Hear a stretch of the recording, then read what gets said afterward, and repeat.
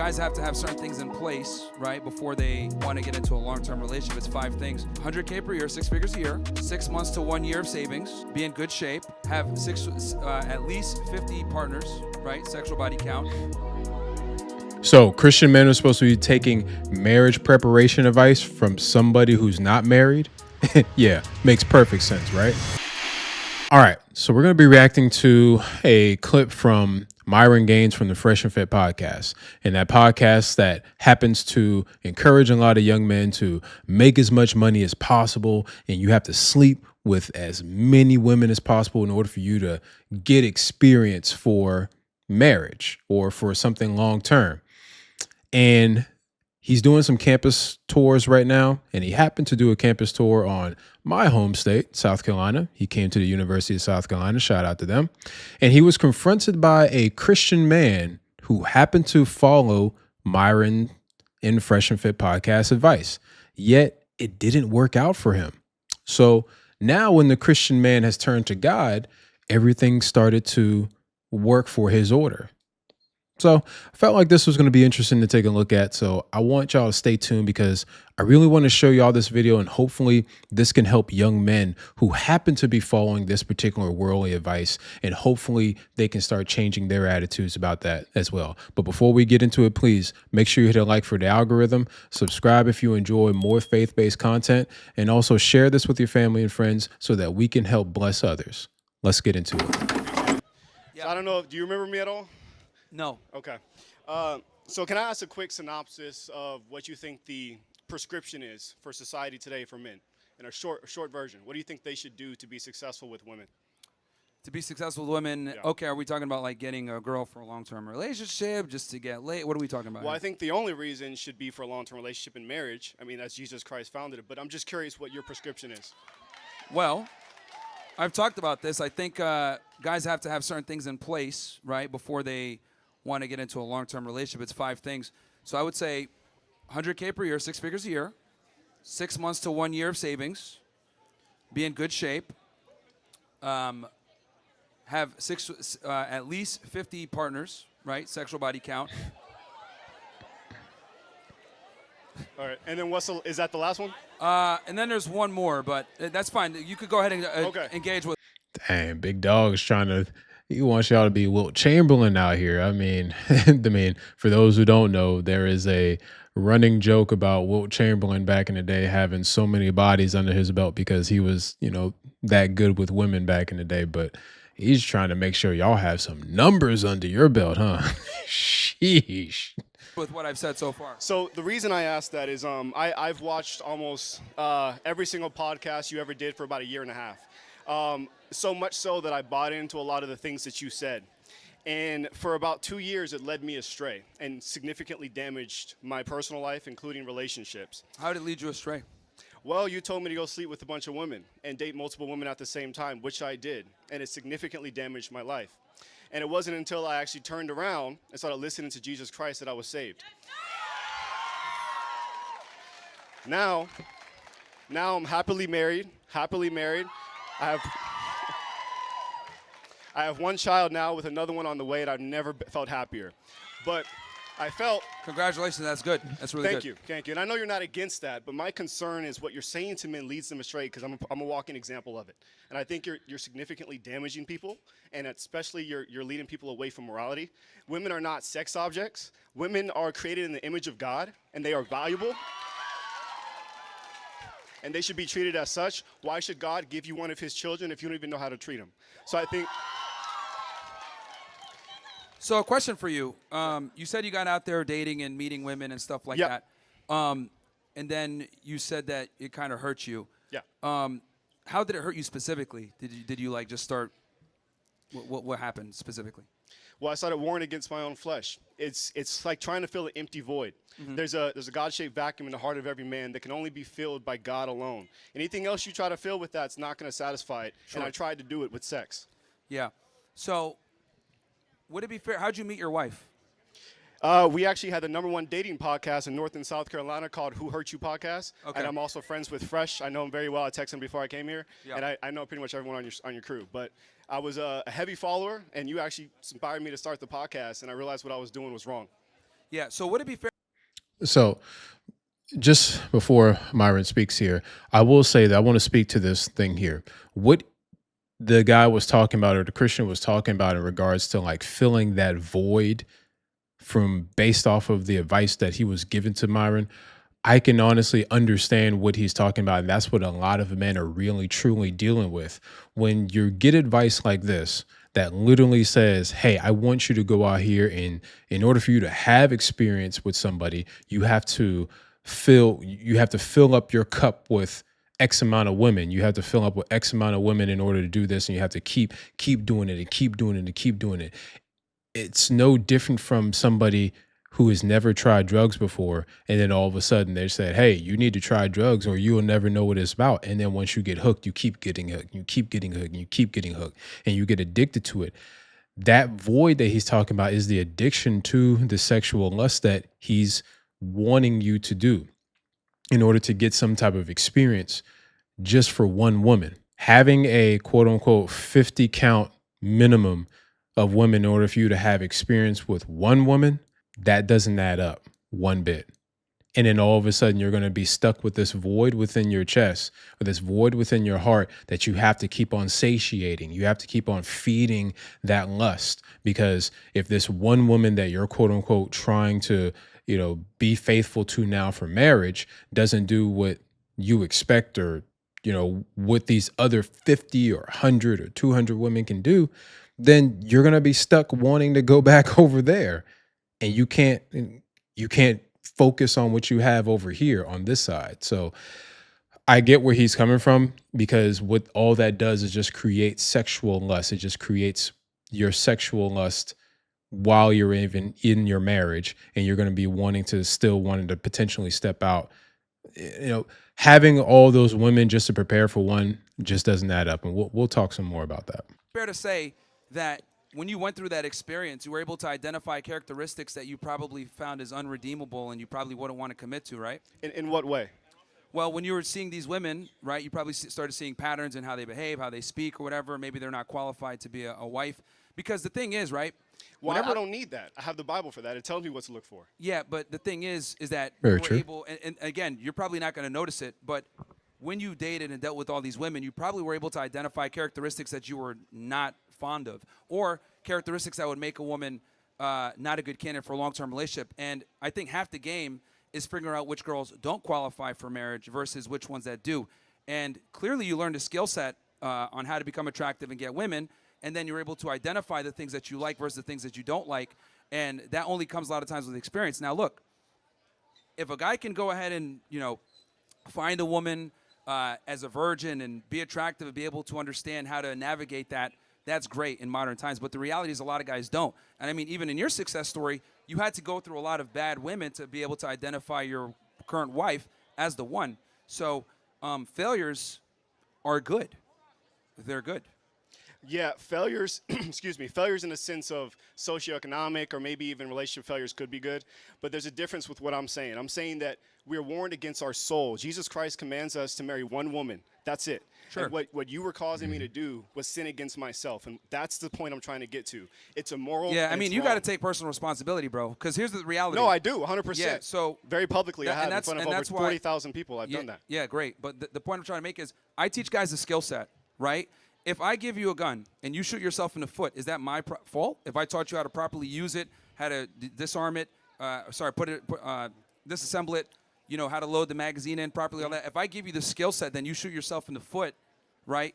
Is that really my fault? No, I just arm you with the skill set. Then you choose what you want to do with it. Now, obviously, you wanted to go toward a sex escapade, which is, I guess, fine. But the reality is I armed you with the tools to become an attractive guy, and you utilize that. You can't come back and get mad. No, and you say, didn't arm me with that. I became attractive when I followed Jesus. That was it. Oh, okay. Now it's changing the story. No, I'm not changing any story. It's one thing to be attractive in the sense of gaining sexual partners, but it's a completely different thing to be attractive to someone that wants to marry you and spend their life with you and have kids with you. Those are two completely different sexual attractions. If I walk in here looking like Thor, I'm 6'2" and shredded, obviously I'm going to be attractive to women, but it doesn't mean that that's a relationship that produces value for me and my family. And again, everyone is different, right? For you, it took some time, and you found God, and you shifted. But the reality is I gave you the skill set, and then you choose what you want to do. That's up to you, and you made that decision, not me. I just taught you what to do, exactly. how to do it. It's on me 100%. I'm not placing blame on you. But what I'm telling you, from someone that listens here's the other to you, thing, I'm too, trying that to you let gotta know understand. what happens when you speak to people and tell them to do these things. Here's the other thing, too. I mean, that's a fair point. Myron and subsequently Fresh from the Fresh and Fit podcast has such a huge platform, whether you like them or not. They have such a huge platform, and they talk to a certain group of guys, and they give a certain group of guys a certain type of advice. And what this Reformed Christian, or now this new Christian, is talking about is the way that you're going about teaching these men. If you're saying that you're helping these men subsequently out, the way that you're going about it is predatory. And I will have to agree to that particular part too. Now, I will also have to agree with the argument of what Myron is discussing of is people have to take accountability. And I am specifically talking to whoever young men who are listening to me about within this reaction. You also have to take accountability for the actions of your choices. I have taken accountability for the choices that I've made and the things that I've chosen to follow when I was a younger guy.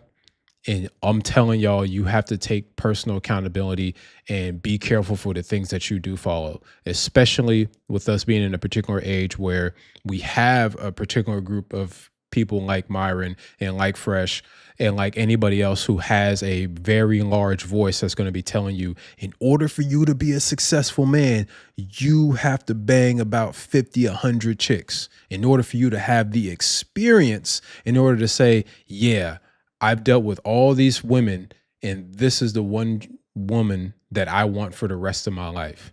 We're going to get into that because that's very backwards, but all I'm saying is we do have to start taking accountability, and we have to start taking accountability with ourselves to say, no, we're not going to do this. We're not going to do this. We need to turn to Jesus Christ in order to allow God to be our compass and navigate our lives, because everything is a God-given purpose in the first place. Like, now you're operating with 20/20 hindsight. You went through it. You experienced Correct. it. You That's know. true. A lot of guys need to get their hand burned sometimes to figure out how things work. Because let's be Why? honest, men are very stubborn. Why do they need to do that? If they find a God-fearing woman, they wouldn't do half the stuff you're talking about. Well, here's the thing. Finding a God-fearing woman in today's day and age is a lot harder said than done, right? So I did it. Yeah, it's a lot harder And said so did than everyone done. in my whole family. So it's not that hard. Yeah, that's anecdotal from your perspective. But again, you learned the skill set. You were able to find a wife, and I'm happy about that. But you got to take a little bit of accountability here and understand that you basically got a loaded gun and shot yourself in the foot, and you're trying Correct. to blame me for it. No, I'm not blaming you. Like I said, I take accountability. Yeah. There's a big difference there. Okay. But look, nothing against you. Like I said, I've hung out with Fresh 8 or 9 times recently. I love him, and I think your heart is in the right place. But I just wanted to give you from someone that actually listened to what you were saying to do, read your book, and it didn't work. That's all I was trying to do for you. Well, actually, it did. You didn't notice it yet. Okay. You're not going to be able to identify your wife and have been able to find her and figure out what characteristics you like and don't like, right, unless you went through that. My wisdom came from the Bible, not you. But I appreciate it. Sure. Thank you. Okay. Shout out to him. Shout out to this young Christian fellow for coming up here and stepping up to the plate, because I know this is the type of scene that Myron loves. He loves to, combat back and forth with people, and that's his job. That's what he likes to do. So hearing all this, I wanted to read this Bible verse, Ecclesiastes chapter 12, and I'm just going to read from verse 13 through 14. And it says, when all has been heard, the conclusion of this matter is this: fear God and keep his commandments, because this is for all humanity. For God will bring every act to judgment, including every hidden thing, whether good or evil. All right. Now, I understand that possibly maybe Myron's heart is in the right place. But at the same time, in essence, what this 2 Bible verses are meaning is literally saying that us as men, or us as people, and in general, we have to acknowledge God's authority, and we have to live a life that reflects his will. We have to fear God.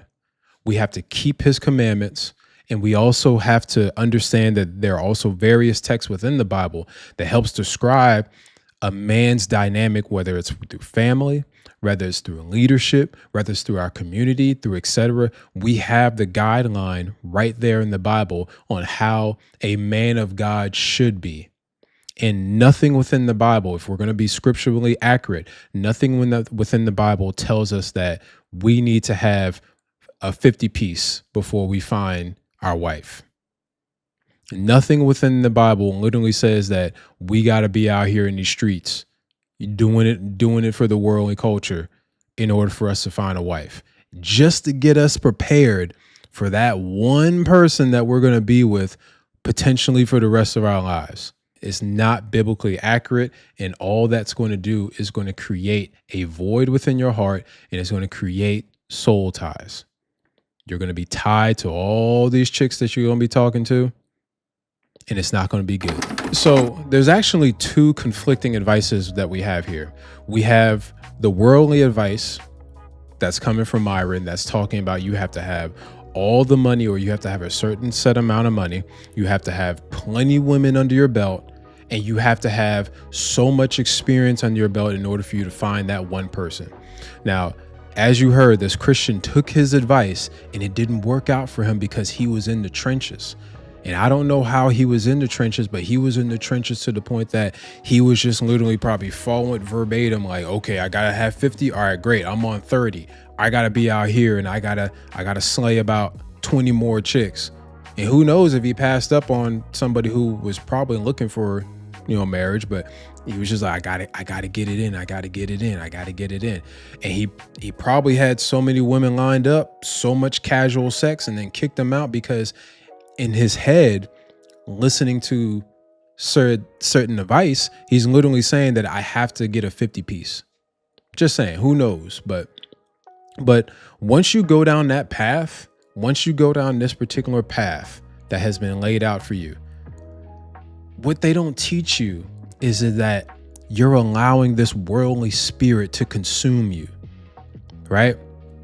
And I've been down that road before where I was thinking like, yeah, before I settle down or before I get married, I gotta be out here in these streets. I gotta, this is an old saying, you gotta soil your royal oats, per se, forgive me, I'm 40 years old. All right. But in my head, you thought that, hey, I gotta be out here and I gotta be getting to it. I gotta be getting into it. I gotta be getting to it.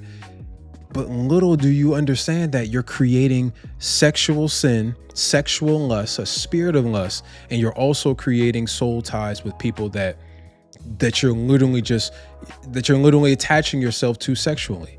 And in your head, you're going to be thinking like, for instance, oh man, I just messed with Ashley. I got this girl over here named Ashley. She does all kinds of nasty, crazy things and this, that, and the third. Man, she's the best ever. And then all of a sudden you meet somebody who's potentially going to be your wife. Let's call her Megan. Okay. You meet up with Megan. Megan is literally everything that you need in a wife. But the one thing that she's probably missing is that same sexual level or beyond that sexual level that Ashley had, or that Lindsay had, or that Kim had, or so forth and so on. Now you're going to be expecting all these 50 to 100 women that you were, getting your experience from. You're going to expect all of that to be consolidated into one female. I'm going to tell you right now, that's never going to happen. I don't care who you marry. I don't care who you're attached to. That is never, ever going to happen.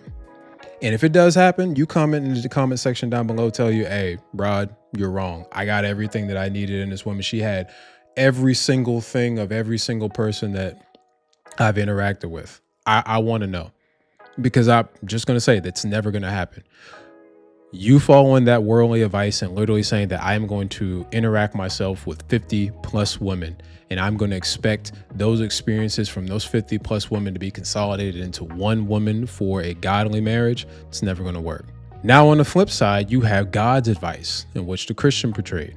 I will agree that you have to be on your purpose as a man and what God ordained for you. But more importantly, you have to be on your purpose as a man of God. First and foremost, yes, I want you to be on your path on whatever your career focused path that you're supposed to be on and the skill set that God has blessed you with, that is never ever going to change. And so if that comes with success, great. If that comes with all these things, that's great. But you're utilizing the skills that God has blessed you with. And me personally, I do agree. Every man should be in the gym because we get one body on this planet. We don't get a chance to get another body. Okay. You protect your temple as best as possible and be in the best physical shape because you get one body that God has given to you. So be the best that you can be for your body. So that's just me personally. All right. If you don't, no, we'll work on that. Okay. The issue is having sex with 50 plus women just to prepare you for one. It doesn't make sense whatsoever, right?